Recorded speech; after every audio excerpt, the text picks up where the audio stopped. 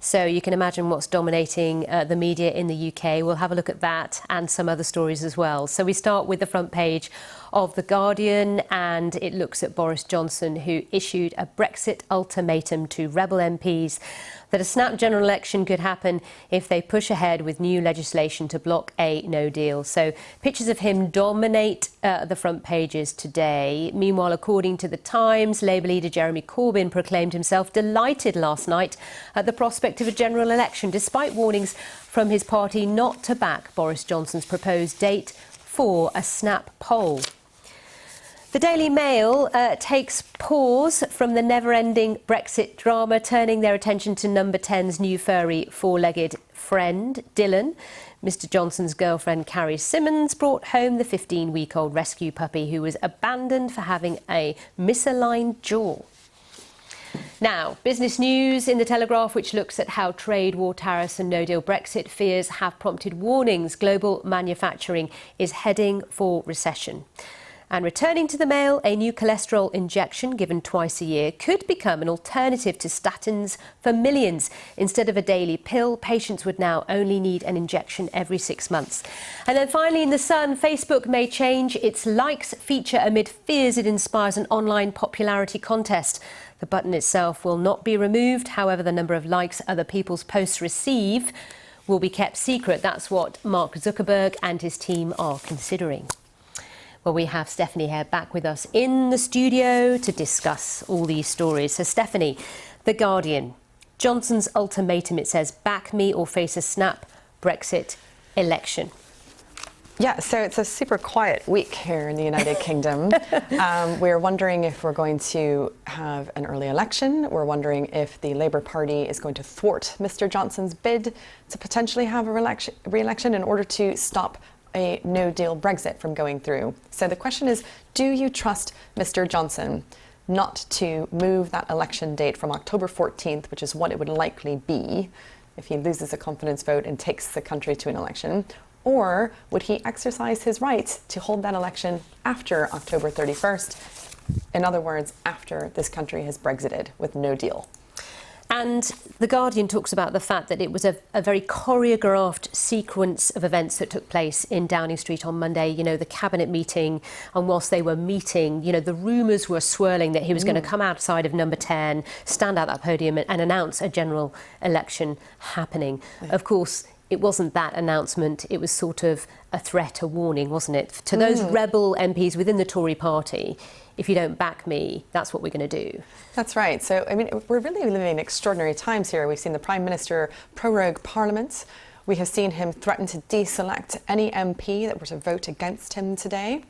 And then potentially we could see him take this country out of the European Union without a deal, which would have all sorts of very interesting consequences for the economy. So it's a big day today. It is a really big day, and The Guardian also talks about the fact that, and also The Times, you know, what the opposition is up to. I mean, The Times looking at the fact that Corbyn is saying, bring it on. He ignores warnings and insists his party is ready for an election.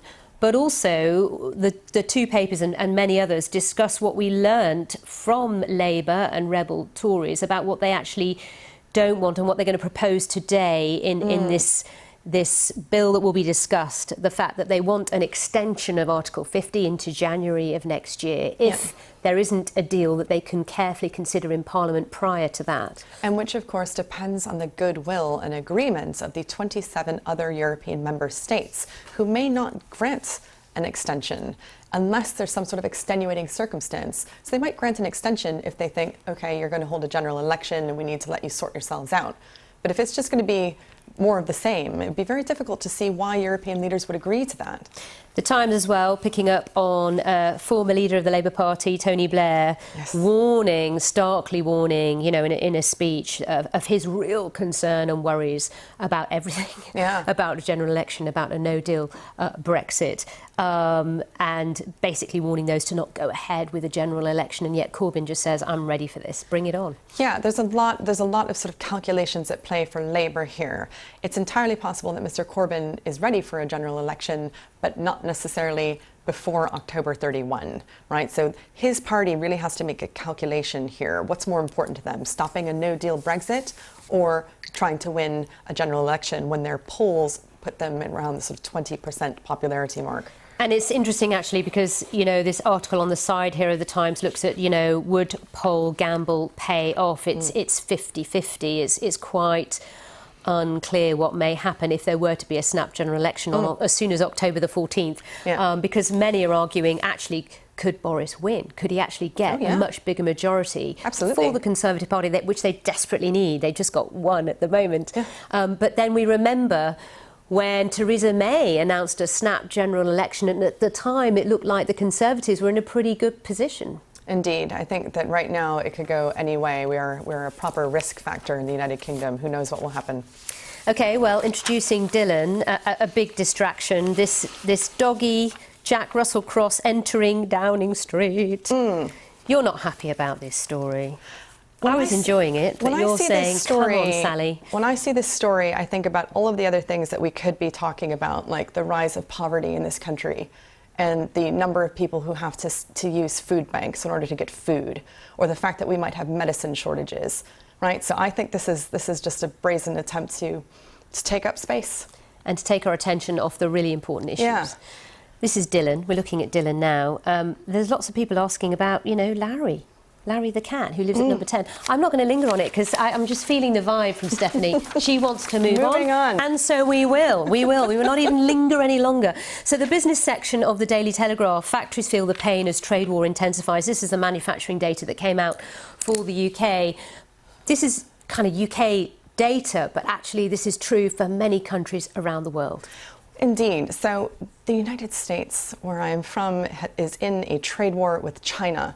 And this seems like it's a bilateral dispute. But of course, those are the two superpowers. So when the two superpowers are fighting, everyone else is going to suffer.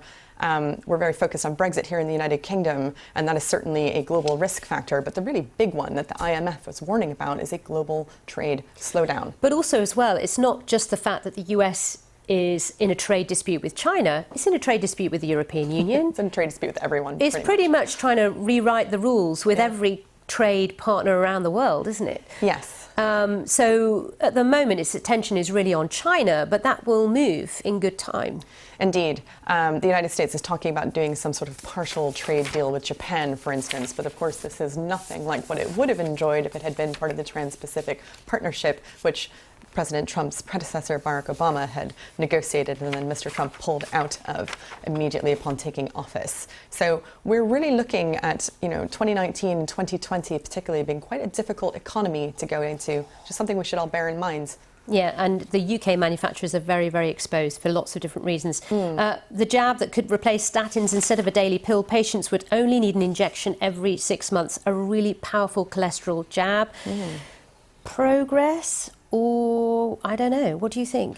I think it sounds really fantastic because it's a real burden on people to have them take a pill every day when they could just have an injection twice a year. It appears to be the same sort of efficiency in terms of preventing. I presume it's cheaper, maybe not, maybe not. Well, that's the thing that's missing from this article. So the prescription for the pills costs about £20 a year, which is, comparatively quite cheap. We would want to see how much that would, what burden would that place on the NHS, or is it sort of like for like replacement?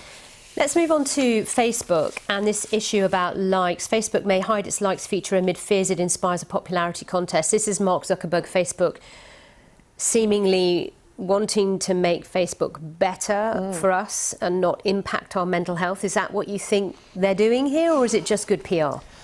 I'm kind of a cynic here, Sally. I feel that what's happening here again with this article is we're talking about Facebook's like button, and we're not talking about their data protection track record and what they're doing with children's data and how the regulators around the world are failing to hold this company to account. So great that they're hiding the like button. This changes nothing. How are you impacted by social media? We're asking our viewers today, whether it impacts their mental health. Some are saying it absolutely does. I just don't go there anymore. Some are saying absolutely not. This is something for snowflakes. Your opinion?